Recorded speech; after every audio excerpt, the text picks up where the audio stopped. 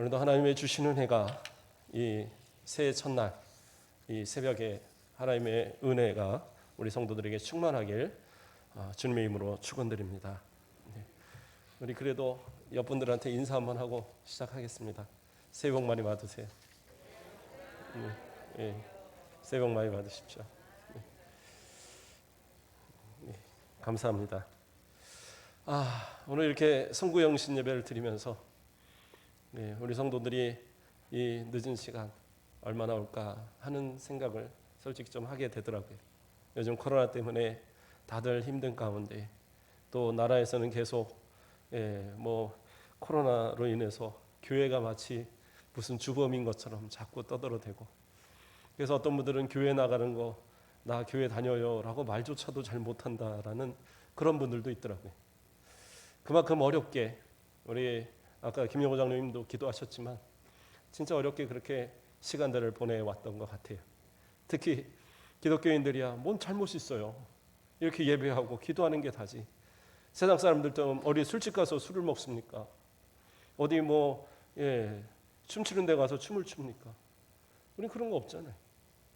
그저 예배 하나 드리려고 삶의 모습도 조심하고 어쨌든 주님 앞에 예배 드리는 이 시간 방해 안 받으려고 얼마나 몸부림치고 애를 쓰는데, 이 나라의 교회가 몇만 개예요.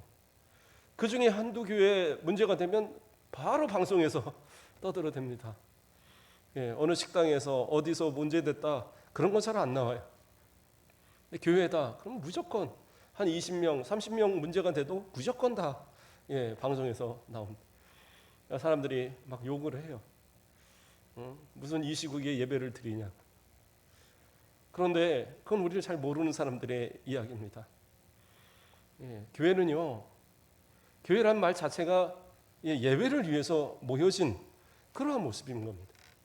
신약성경에서 교회라고 하면 에클레시아라는 단어를 쓰는데, 이 에클레시아라는 단어 자체가 뭐냐면 모임이라는 뜻입니다. 밖으로 부르다, 불러서 모았다라는 뜻을 갖고 있어요.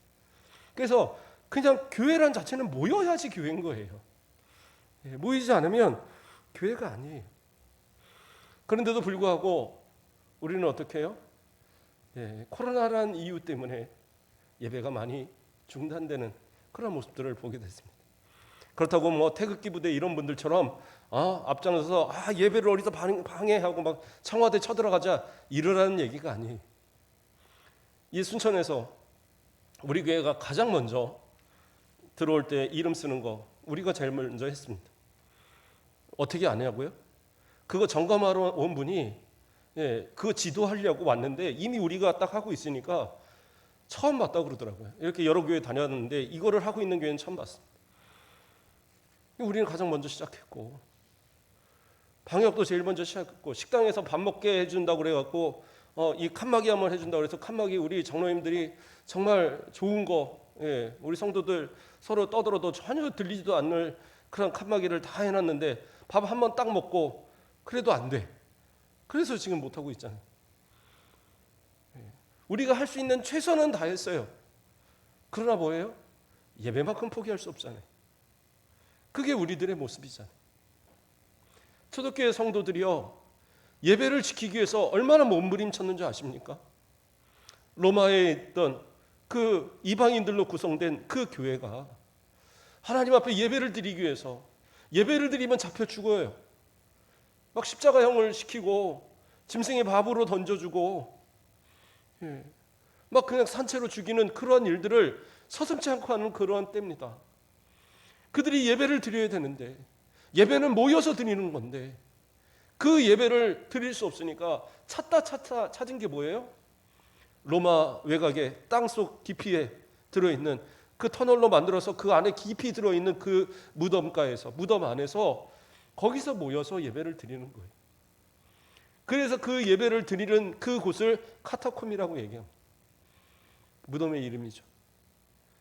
그 카타콤, 그 속에서, 아니 그냥 들어가라도 섬찟한데 예배를 드릴 수 있는 방법이 그것밖에 없으니까, 그래서 그 안에 들어가서 예배를 드리던 그러한 모습, 그렇게 신앙을 지켜오던 그 신앙에 따라서 우리가 예배를 드리고 있는 거예요. 어떻게 보면 코로나라는 것, 참 조심스러운 얘기입니다. 조심스러운 얘기인데 코로나가 이렇게 장기간 되면서 신앙에 정말 문제가 생기는 성도들이 많이 나타나기 시작하는 것 같아요. 우리 교회 말고 다른 교회들 보면 예배를 제대로 못 드리는 거예요.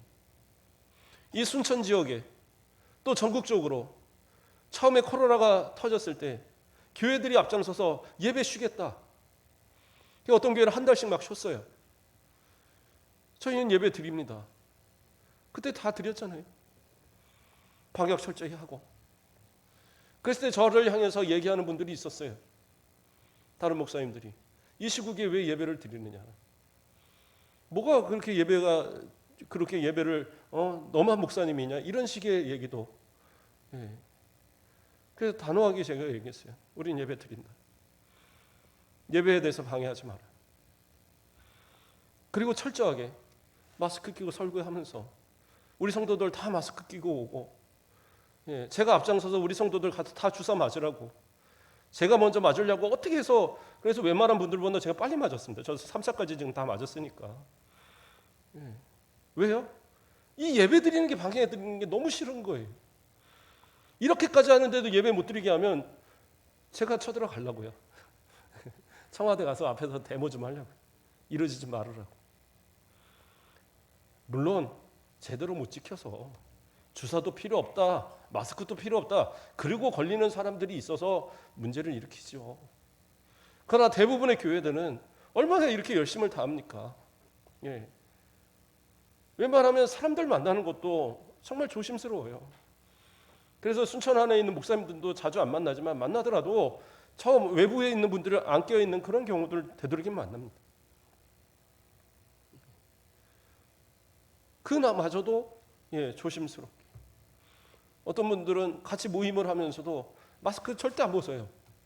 심지어 어떤 목사님은 식사 되니까 사라졌더라고요. 그래서 식사 어디 갔냐 했더니 코로나 걸리면 교회 가서 우리가 예배를 못 드리는데 난 차라리 이 마음에 걸려서 따로 가서 식사를 하겠다는 거예요.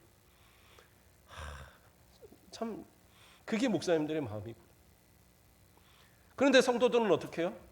이때가 기회다. 예배 안 드리니까 너무 좋다. 집에서 예배 드리니까 너무 좋다. 제 친구 하나가 전화가 왔더라고요.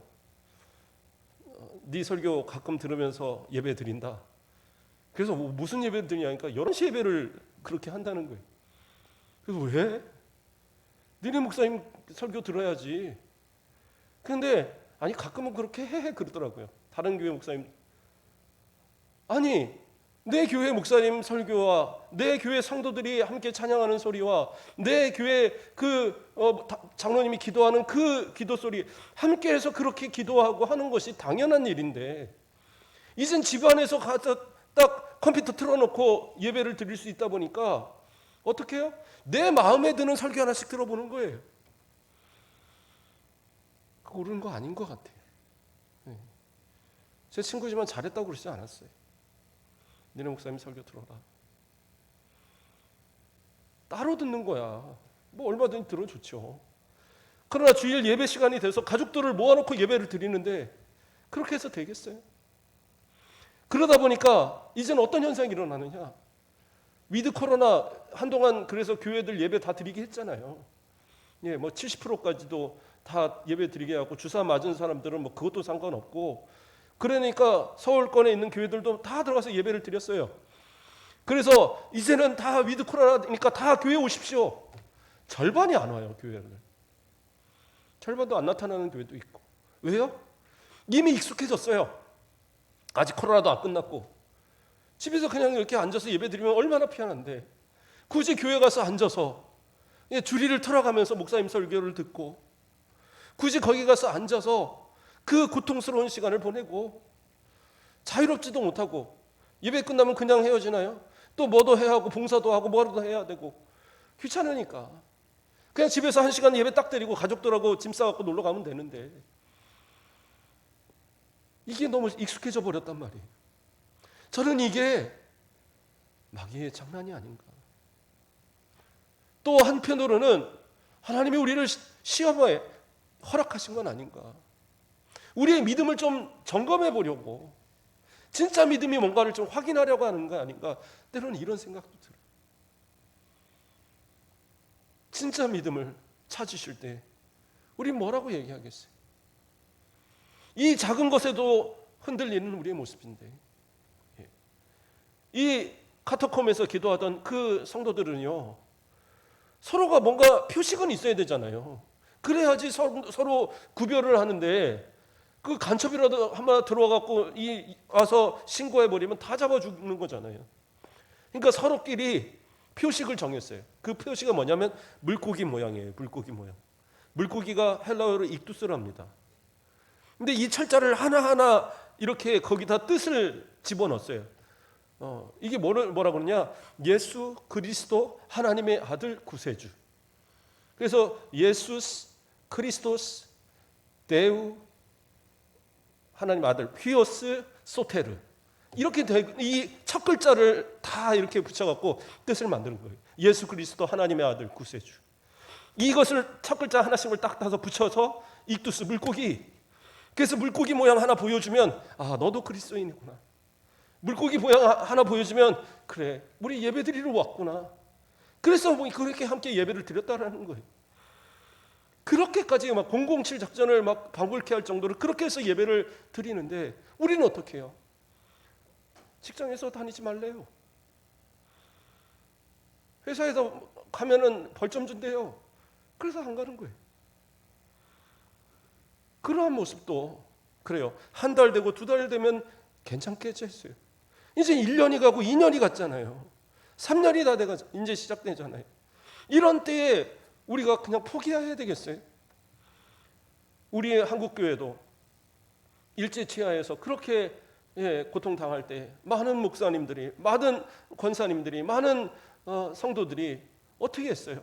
죽으면 죽으리다 하고 신앙 지키고 예배를 지켰어요. 혼자 믿음 지킬 수 있잖아요. 그냥 가서 앉아서 혼자 기도하고 혼자 말씀 듣고 누가 알아요? 아무도 몰라요. 그럼 어떻게 해요? 예배는 뭐예요? 모이는 거예요. 그리스도의 몸된 교회는 모이는 겁니다. 단순히 하나님의 말씀을 듣고 예배하고 찬송하고 기도하는 거 그 정도로 끝나는 게 아니라, 교회는 예배만 드립니까? 아니요. 거기서 모여서 말씀도 배우고 또 모여서 헌신도 하고 봉사도 하고 기도도 하고 합심해서 뭔가를 하는 그런 일들이 있잖아요. 그 모든 것이 다 예배의 연속인 거예요. 단순히 그냥 앉아서 예배드리고 그것으로 끝났다, 이게 아니라 교회는 유기체라서 그 모든 것이 함께 연합해서 하는 모든 일들이 그리스도의 몸으로서 하는 일들이에요. 그리스도의 몸으로서 하는 모든 일들은 어떤 건 거룩하고 어떤 건 거룩하지 않는 게 아니라니까요. 모든 것이 다 거룩한 일들인 거예요. 그 일들을 이제 쉬다가 어느 순간 이제 나와서 하려고 하면 그게 되겠습니까? 아마 모르긴 모르지만 우리 이 순천가교회 112년의 전통이 있는 우리 교회 우리 권사님들도 다시 저기서 밥하고 그 추운 날 또 그 더운 날 밥하는 거 그거 또 해야 되나? 이런 생각도 한편으로는 드시지 않았을까요? 오후 예배 같은 때 뭐 이런 때 우리 한동안 또 쉰 적도 있었잖아요. 그때 전국적으로 다 쉬라고 하니까 어쩔 수 없이 쉴 때에도 이렇게 쉬고 나니까 이거 예배 다시 안 드려도 좋겠다라는 생각, 혹시 이런 거 안 해보셨나요? 이제 이런 생각들이 우리 가운데 다 퍼져가기 시작하면 한국교회는요 예배가 사라지는 교회가 될 거예요. 주일날 딱 한 번 예배 드리는 거, 그것도 그냥 띄엄띄엄 드려도 괜찮은 거, 그냥 교회에다 등록만 해도 참 좋은 그러한 모습으로 그렇게 점점 생각하는, 그냥 헌금만 내면 되는 그러한 모습. 불교가요 지금 기독교 이렇게 막 이 공격받을 때 불교는 아무런 공격을 안 맞잖아요. 왜요? 그 사람들은 안 모여도 상관없어요. 그런 사람들은 뭐예요? 돈만 보내면 돼요. 그러면 돈만 보내면 그냥 그 중들이 모여서 그 돈 받은 만큼 기도해 준다고 생각을 해요. 그러니까 안 가도 상관없는 거예요. 굳이. 그러니까 그런 이 사상을 갖고 있으니까 1년에 몇 번, 그 명절이나 또는 뭐 그 뭡니까 그 석가모니 태어난 날, 뭐 이런 날만 가면 되는 거예요. 그런 날 되면 절적으로요 차들이 진짜 막 줄을 섭니다. 막 어떻게든 가려고 해요. 그런데 다른 나라들은요, 그냥 팔이 날려요, 팔이 날려. 그래도 절이 크고요. 그래도 절이 막 갈수록 커지고 막 그래요. 왜 그래요? 그냥 돈만 내면 된다고 하니까 돈만 다 내는 거예요. 근데 교회는 아니에요. 예, 마치 예배 드리는 것을 세상 사람들은 아유 헌금 모으려고 그러는 것만, 그렇지 않아요. 예배가 중요한 거지. 헌금이야 11조야 본인이 벌어야지 11조 하는 거지. 안 그러겠어요? 감사 제목이 있어야지 할 거 아닙니까? 그러나 예배는 그런 거 관계없이 다 드려야 되는 거예요. 그렇기 때문에 목숨을 걸고 예배를 드리려고 하는 건데, 세상 사람들은 목사님이 그거 다 가져다 갖는 줄 알아요. 진짜 답답한 일이죠. 이 예배 아니면 안 되는데, 예배 아니면 큰일 나는데, 이 2022년도는 진짜 죽을 각오로 예배 드렸으면 좋겠어요. 주사 맞으라면 10번 맞으라면 10번 다 맞자고요. 그냥 맞고 예배 드려야죠. 기도해야죠. 말씀 듣고 이 말씀 가지고 살아야지 사는 거지. 육신에 먹을 거 아무리 채워봐야 내 육신 시간 지나면 다 후퇴하게 돼 있어요. 90살 되고 100살 돼서 그러면 다 이제 내가 몇 년 살까 이거 세고 계시지 않으시겠어요? 정말 좋은 거 먹고 다 먹어서 한 200년 산다고 생각을 해보세요. 200년 살면 뭐 할 거예요? 내 손주의 손주까지도 다 죽고 그 밑에 내려가서 이거 한 그 아이들이 모여서 저분이 누구야? 그 옛날에 옛날 한 100년 전에 계시던 분인데 아직까지도 우리하고 같이 살고 계신데 그게 무슨 의미가 있어요? 그렇지 않아요? 하나님 앞에 가서 저 영원한 천국에서 누리는 영생의 복을 누리는 것이 더 큰 복 아니겠어요? 그렇다고 해서 나 코로나 걸리면 죽으리다 이르라는 게 아니에요. 그냥 건강하게 잘 사세요. 저는 우리 성도들 다 건강했으면 좋겠어요. 코로나 이런 거 진짜 절대 못 오도록 내가 총 들고 막을 수 있다면 앞에서 총 들고 막았으면 좋겠어요. 근데 그렇게 막을 수가 있는 게 아니니까. 목사님이 기도한다고 그래서 마귀가 코로나를 보내려다가 그 앞에서 멈추고 넘어가고 이건 아니잖아요. 무슨 출애굽 때처럼 여기다가 그냥 갔다가 피라도 갖다 발라놓을까요? 그런다고 되는 게 아니잖아요. 지금 할 수 있는 것은 뭐예요? 최소한 하라는 데 다 하되 하나님 앞에 예배에 우리의 마음들을 지켜가는 거예요. 2021년도 그래요. 조금 나태해 있을 수 있어요. 좀 게을러졌을 수 있어요. 조금 우리의 마음이 조금 다운될 수 있어요. 그러나 그것이 계속되면 안 되는 거예요. 다시 이것을 일으켜 세워서 다시 변화시켜야 되는 거예요. 다윗이 시편 51편을 지었는데 이 배경은 뭔지 아십니까? 우리아의 아내 바세바를 취하했을 때 나단 선지자가 와서 책망했어요. 선지자가 왕을 책망합니다. 근데 다윗은 어떻게 해요? 거기서 잘못했다라고 엎드려서 철저하게 회개를 합니다. 그 회개하며 쓴 것이 이 시예요.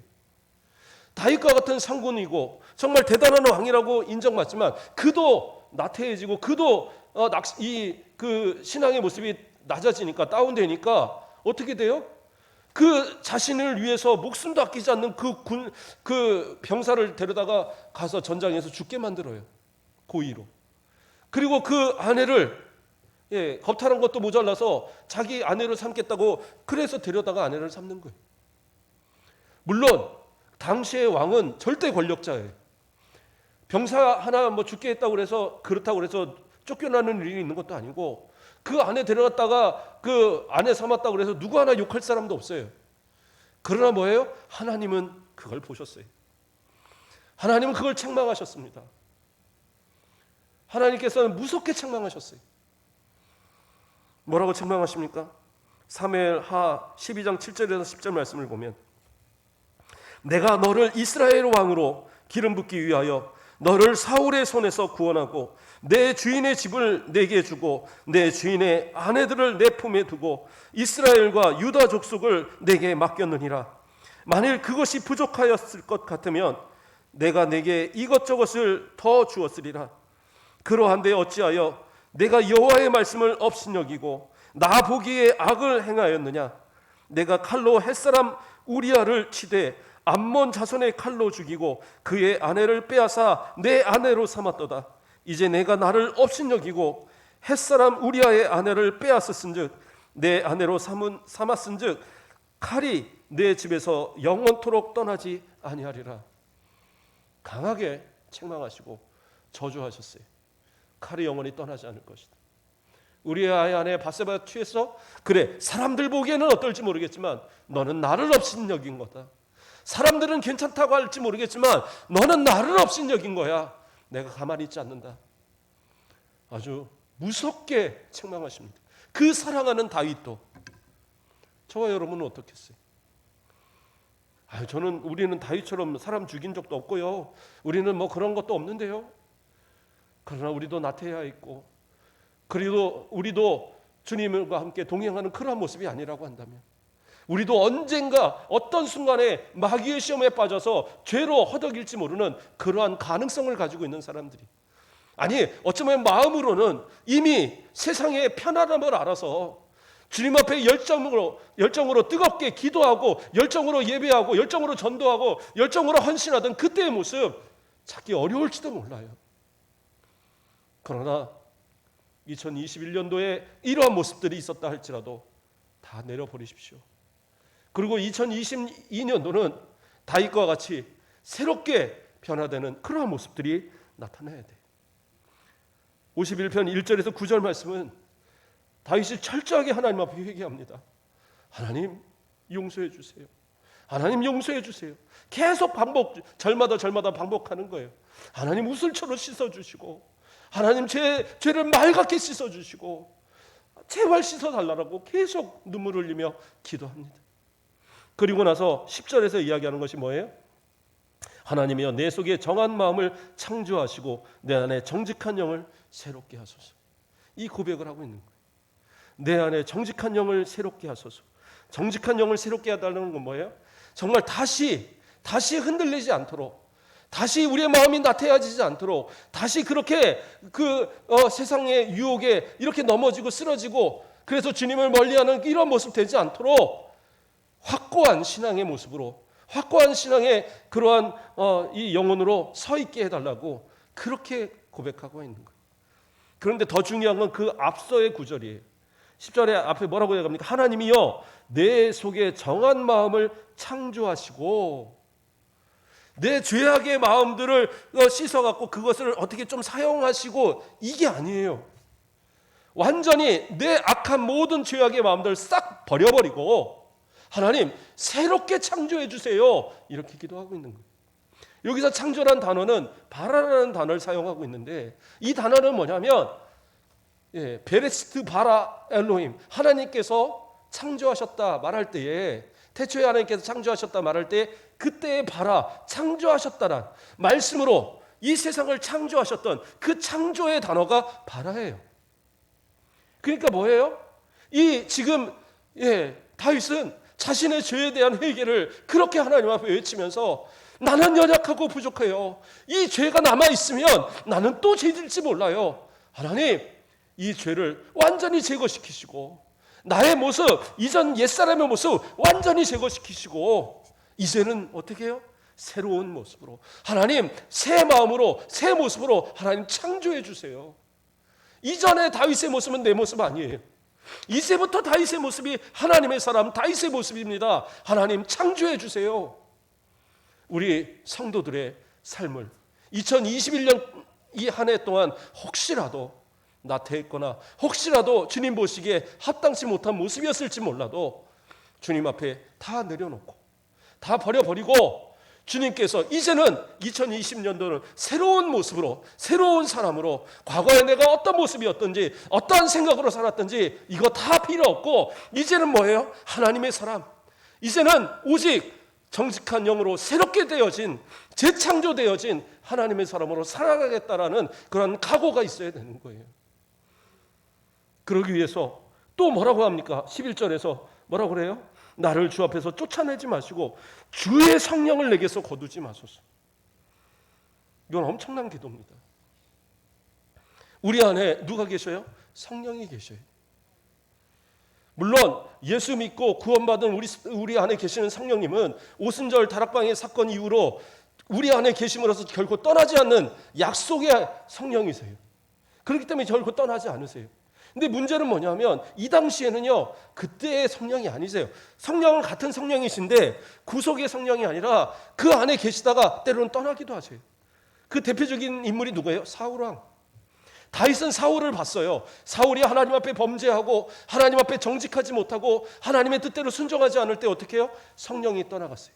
성령이 떠나가니까 그 안에 누가 들어가요? 악신이 들어가서 결국에는 미쳐 날뛰는 거예요. 그 사랑하는 그 다윗을 죽이려고 막 단창을 던져버리고 죽이겠다고 맨날 쫓아다니고, 그러다 결국엔 어떻게 해요? 성령이 떠나시니까 성령의 응답이 없으니까 제사장으로도 안 되고 선지자로도 안 되고, 그러니까 나중엔 엔돌에 신접한 여인 찾아갔다가 가짜 사무엘 만나고 결국에 어떻게 해요?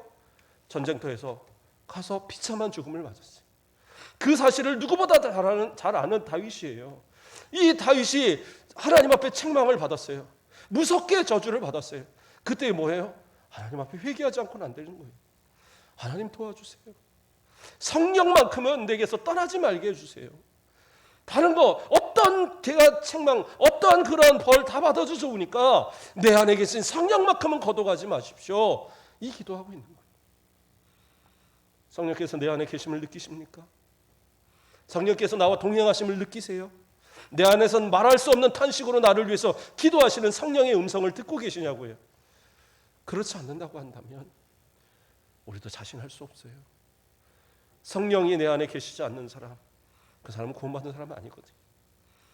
그러나 걱정하지 마십시오. 제가 볼 때 우리 성도들은 분명 성령이 함께 하시는 성도들입니다. 우리 성도들 그러한 각오 가지고 가자고요.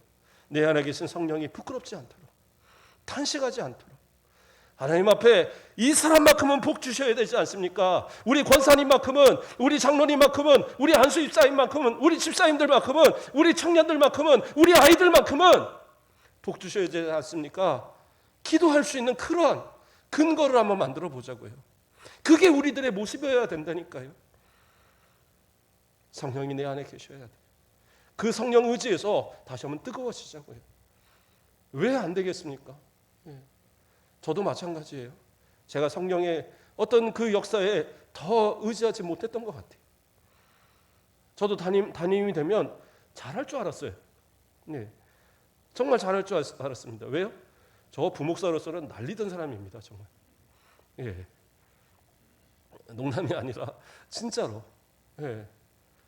예, 성도들도 정말 정말 잘 따랐고, 아이들도 주일학교 아이들도 100명이 넘는 아이들 이렇게 가르치고 그랬던, 교회마다 그렇게 하면서 사역했던 사람입니다.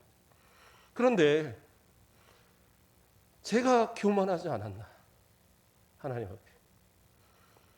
그래서 그러한 생각 속에 목회하니까 이런 코로나도 오고 그런 거 아닌가. 때로는 그런 마음 아픔이 있어요. 그러나 다시 한번 힘을 내보는 것은 내 안에 계신 성령께서 다시 역사하실 것이고, 말씀으로 역사하시고, 기도로 역사하시고, 우리 성도들의 각 사람 한 사람 한 사람을 하나님 돌보시고, 다시 우리 순창 가곡교회가 이 지역을, 이 나라를, 이 세계를 책임져가는 교회로 커갈 거라는 그런 믿음의 확신을 가지고 기도하는 거예요. 저는 될 거라고 믿어요.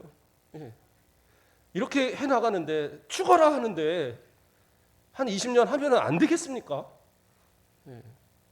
우리 권사님들 한 20년은 꼭 살아서 우리 교회 잘 되는 거 보자고요. 꼭 오래오래 사십시오. 장수하시고. 저는 우리 권사님들이 혹시 돌아가실 때 진짜 마음 아파요. 조금 더 좋을 때 같이 여행 한번 가면서 같이 식사 한번 나누면 좋을 것을. 우리 당회하면서도 제가 그랬어요. 아니, 우리 어디 가서 식사라도 한번 우리 권사님 모시고 나갔으면 좋겠다고. 근데 해필이면 거기서 3명 이상 모이지 말라고 그래버리니까 이거 참, 그것도 안 되고. 이것만 풀리면 제가 운전해서 모시고 갈 거예요. 제가 운전해서 모시고 우리 멀리 가진 말고 가까운 데 어디 가갖고 실컷 먹고 실컷 구경 좀 하고 뭐 그러고 또 오자고요. 맨날 교회 일하고 가서 막, 그리고 또 또 일하고 예배 드리고, 너무 어떻게 보면 이분들의 기도와 눈물이 이 교회를 살린 건데, 오래오래 사셔서 좋은 거 많이 누리고, 그리고 하나님 부르실 때 기쁨으로 나아가자고. 그러면 되는 거잖아요. 하나님 앞에서 정직한 영을 새롭게 받은 그 증거가 있습니다. 그 증거가 두 가지가 나타나는데 뭐예요? 12절에 보면 주의 구원의 즐거움을 내게 회복시키시고 자원하는 심령을 내게 주사 나를 붙드소서, 이렇게 나옵니다. 자원하는 심령. 이거 뭐예요? 하고 싶어서 하는 걸 얘기하는 거예요. 주의 일은요, 하고 싶어서 해야 돼요. 억지로 하면요, 그게 힘든 거예요. 병나고 안 돼요. 그러나 하고 싶어서 하면 뭐예요? 그건 영광이잖아요. 고난도요, 하고 싶어서 받으면 그 영광, 고난도 영광이 되는 거예요. 하나님 앞에 진짜 내가 하고 싶어서 뭔가를 해보자고요. 찬양단도, 뭐 이렇게 기도하는 것도, 예배에 참석하는 것도, 뭐 헌신하고 봉사하는 것도 다 그런 하고 싶어서 하는 거. 제가 한번 계산을 해봤어요. 일주일에 예배가 몇 번 있는가? 공식적인 예배가 주일 오전 예배, 주일 오후 예배, 수요 예배, 그리고 새벽 예배 6번. 그럼 몇 번이에요? 9번인가요? 뭐 예배가 한 번 더 있을 것 같은데 없나요? 어쨌든 9번. 그 예배 많다고 생각하십니까? 어떤 분들은 많다고 생각하실 수도 있을 것 같아요. 그런데 그게 많으냐? 왜요? 내가 하지 않으니까 많아 보이는 거예요. 못할 수 있어요. 이 건강이 안 되는데 어떻게 합니까? 때로는 진짜 환경이 안 되는데 어떻게 해요? 못할 수 있어요. 그러나 이 예배 하나하나가 얼마나 귀하고 중요한가를 생각하고는 있어야 돼요. 그래야지 기회가 되면 참석을 하죠. 막 자원하는 마음이 있어서, 아 그래, 내가 이번에는 수요일에 한번 내가 진짜 시간을 내갖고 어떻게든 수요일만큼 한번 내서 내가 가봐야지, 이런 마음이 들어야 되는데, 당연히 나는 안 가는데 뭐 주일 오후가 되면 당연히 주일 오전 예배 했으면 됐지, 못하러 가. 아니 그럼 못하러 예배를 여러 번 만들어요. 그냥 주일날 오전에 한 번만 만들지 뭐해요? 그러면 나머지 필요 없는 예배잖아요. 왜 목숨 걸고 우리 권사님들이 새벽마다가 이 추운데 정말 한 번씩 한파가 부딪히는데도, 그런데도 나와서 기도하겠어요? 왜요? 이것이 하나님께서 우리에게 주신 은혜의 방편이라고 여기시니까 기도하고자 나오는 거고, 예배 드리는 거고, 목사님 재미없게 맨날 설교해도 그래도 우리 목사님 말씀 들어야지 하고 나오시는데 진짜 눈물 날 것 같더라고요. 하나님 앞에 좀 그러한 열심을 회복해보자고요. 도대체 새벽 예배는 누가 만들어갖고? 아니요, 이거는 옛날부터 있었던 거예요. 초대교회부터 있었고, 초대교회는요 주일만 모이지 않았어요. 날마다 모였어요. 뭐라고 나옵니까? 날마다 모여서 날마다 같이 예배하고 기도했다라고 사도행전에 보면 나오잖아요. 날마다 모여서 떡을 떼고 하나님을 찬미하고 그렇게 살았던 것이 그들의 모습이었어요. 그럼 일도 안 하고 그러고 살았나요? 아니, 일은 했겠죠. 일하고 남는 모든 시간은 다 신앙에 쏟아부었던 거예요. 그러니까 그들의 모습을 보고 세상 사람들이 칭송했어요. 그들이 그냥 신앙생활에서 앉아서 서로 먹기만 했나요? 아니에요. 봉사도 많이 했어요. 당시에 그 교회가, 예루살렘 교회가 그 예루살렘 일대의 거린들, 이 가난한 사람들을 돌보는데 15,000명 이상의 사람들을 돌봤다고 나와요. 그 문헌에 보면 엄청난 일들을 했던 거예요. 우리도 좀 하자고요. 우리 장로님들도 이 예산 이렇게 보면서 그 얘기 하더라고요. 목사님, 우리가 구제비를 안 썼더라고요. 물론 구제는 했는데 구제비로 이걸 쌓지 않고 다 다른 항목으로 써가고 구제비가 그대로 제로 아무것도 안 썼다고 나오더라고요. 그래서 목사님, 이번에는 많이 씁시다 얘기하더라고요. 그래요. 구제비도 이제 쓰고 쓰다 보니까 더 늘어서 한 2배, 3배 막 쓰자고요. 전도도 많이 쓰고 선교도 많이 쓰고. 그런데요, 놀라운 것은 전도하고 선교하고 전도하고 구제하고 하는 그런 일에 쓰이게 하면 교회가 부흥하더라고요. 저는 그렇게 여러 번 봤거든요. 이제 마음을 가졌으면 하면 되는 거예요. 하면 되는 거죠. 그러니까 우리 권사님들, 집사님들 누구 봐서 누구 구제되면 그 사람이 교회 다니든 아니든 상관없어요. 얘기하세요. 그래서 구제하자고요. 그 영혼 살리는 일을 해야 될 거 아니에요. 그래서 마지막 10절 그 13절에 뭐라고 나옵니까? 그리하면 내가 범죄자에게 주의 도를 가르치리니 죄인들이 죽게 돌아오리이다. 자기가 용서의 은혜를 체험하고 죄사함의 그 은혜, 그 구원의 감격을 체험하고 그 구원의 감격을 통해서 나아가서 복음을 전하니까 어떻게 해요?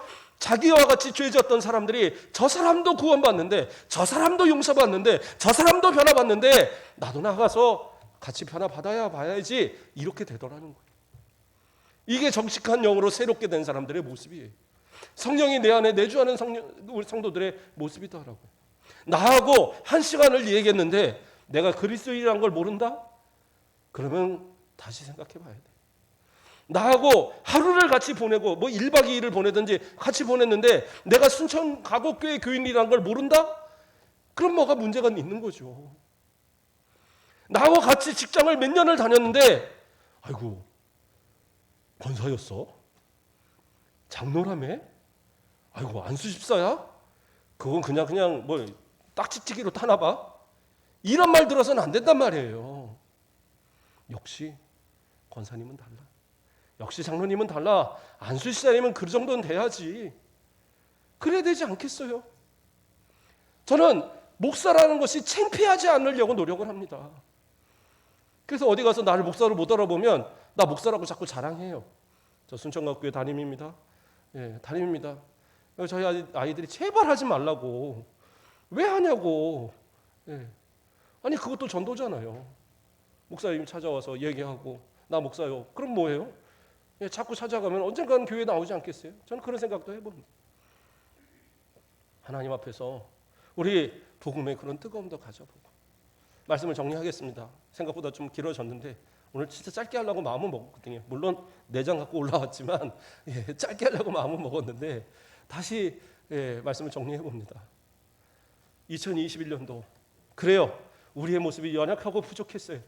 인정하자고요. 그러나 이 모습 갖고 2022년을 살지 말자고요. 이제 하나님께서 우리의 마음을 새롭게 창조하셔서 과거의 옛사람의 모습은 다 사라지고 이제 새롭게 되어진 새 사람의 모습으로 주님 앞에서 인정받는 모습으로 살아가자고요.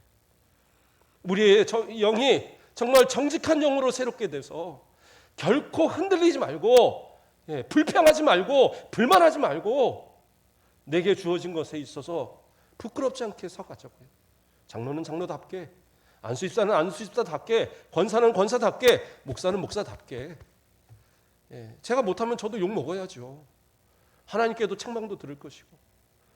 그러나 우리 2022년도는 우리의 기억 속에, 앞으로의 우리의 기억 속에 새롭게 시작되었던, 새롭게 태어났던, 새롭게 변화되었던 재창조의 역사가 있는 그 해였다라고 기억되는 저와 여러분 되길 바랍니다. 우리의 모든 모습들이 주 안에 좀 새롭게 되고 그래요. 저는 기도하겠습니다. 우리 성도들 건강의 문제도 하나님 다 해결해 주실 거예요. 성경에서 나오는 구원은요 단순히 영혼 구원만 얘기하지 않아요. 내 믿음대로 될지어다 말씀하실 때 대부분 뭐예요? 육신의 질병도 나음의 역사가 일어났어요.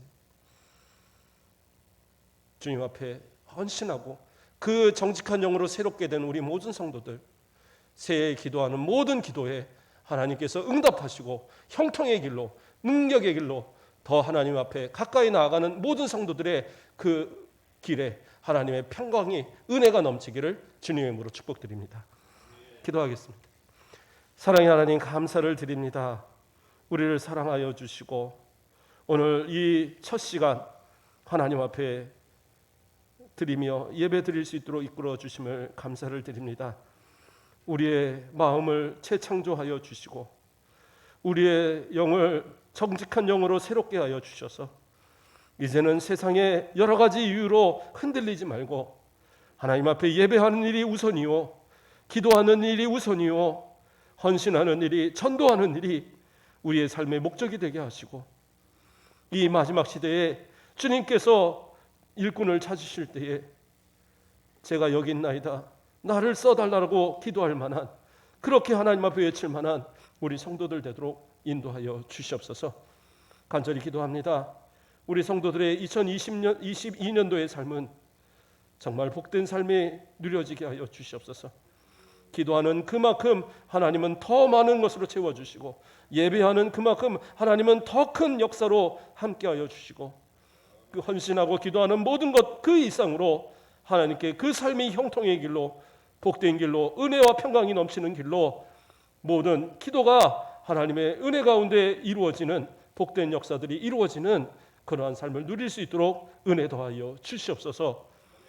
하나님께서 우리의 삶 가운데 주가 되어 주셔서 성령께서 우리를 결코 떠나지 마시고 우리와 함께하여 주시고, 우리의 모든 기도의 역사가 주님이 흠양하시는 역사로, 주님이 들으시고 기뻐하시는 주님의 마음에 합당한 우리 모든 성도들의 기도와 삶의 모습이 되도록 인도하여 주시옵소서. 감사합니다. 예수 그리스도의 이름으로 기도드립니다. 아멘.